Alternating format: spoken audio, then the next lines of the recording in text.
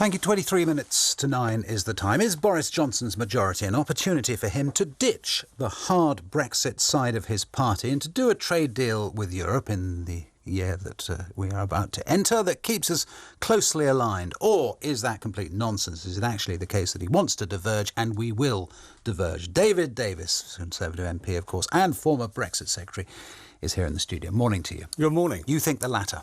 Yes, I do. I mean, a few things. Firstly, throughout the last few years, every time the British negotiators came up against a sort of bump in the road, the Labour Party, the SNP, Liberals, and some Tories sought to undermine them. And that's no longer going to be true. So the first thing is the negotiating hand that Boris has is much stronger.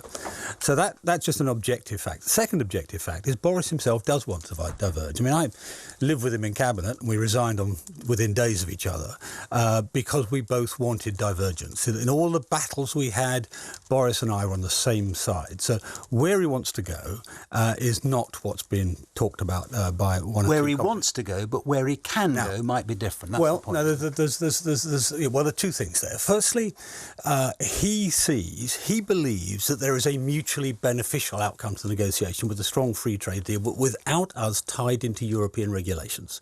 That's the key. That's where the key argument is, whether we're going to be in the same regulatory sphere as the European Union. Now, that, of course, they want, for political as much as economic reasons, they want to keep us as tied as closely as they possibly can. We will resist that. Now, will that resistance work? Well, the best test of that is to look at the difference between the behaviour of the European Union during the Theresa May time and in the first few months of Boris, when it was said he couldn't get a new deal. Well, he did. They came back to the table and talked, even though they said over and over again they wouldn't do it. You used the phrase objective facts. It is an objective fact, isn't it, that if we have more divergence from the EU, we will have more friction as well in trade. And potentially, at least in the short term, that could mean a lot of the new supporters of the Conservative Party being chucked out of work. That is a fact that is going to weigh in his mind. Well, you see, that's the first thing that you say in the short term. I mean, what will happen? I mean, if we say, right, we are going to now take over writing our own rules on, let's say, the car industry. Well, actually, the car industry, the rules globally are nearly the same. So the divergence will be quite small there. The area where the big divergences will come will be new industries, artificial intelligence, self-driving cars, genetics,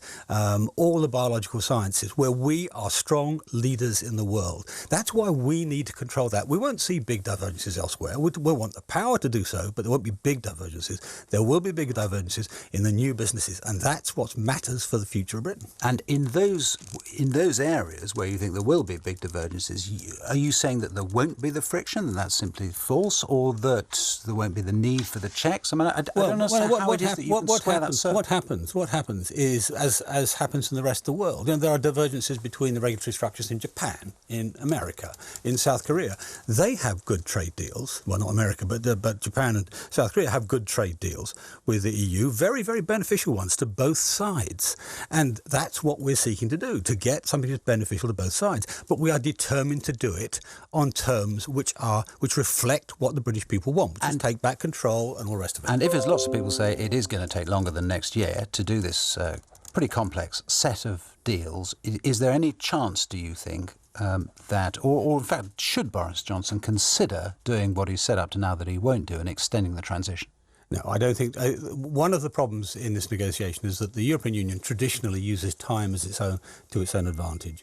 And the more it stretches, the more that will be the case. So it scuppers us, doesn't it, the short time frame? It doesn't scupper them, it scuppers us. No, it doesn't. Because it puts more pressure on us to do the deal that is closer. No, because if you are determined about carrying it out, what happens is the European Union comes back to the table. That's what happened before the election, when Boris did not have a majority in Parliament.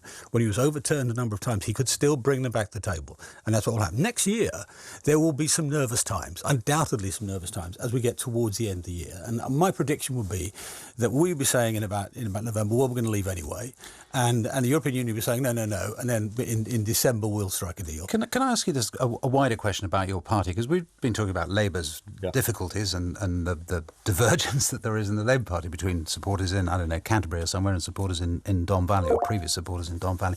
You actually, as a party, face the same thing, don't you, potentially, in as much as there is a wing of the Conservative Party that wants low tax, low regulation, low public spending, and they are going to find themselves, out of power now.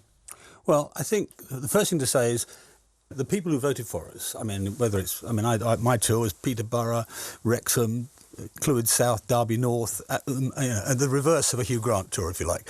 And he's prettier than me. But the simple truth was everywhere.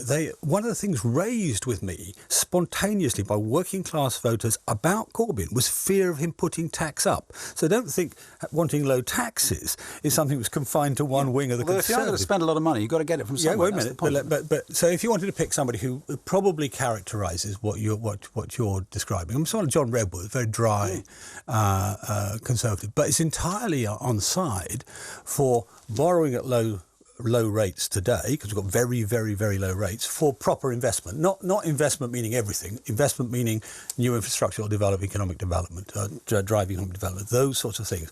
Whether it's broadband, whether it's intelligent, short-range improvements in the transport system, those sorts of things will actually pay off. You are a borrow and spend party now. For the right things, not as a principle, not as a sort of an aim, but where you need to improve the infrastructure of the country.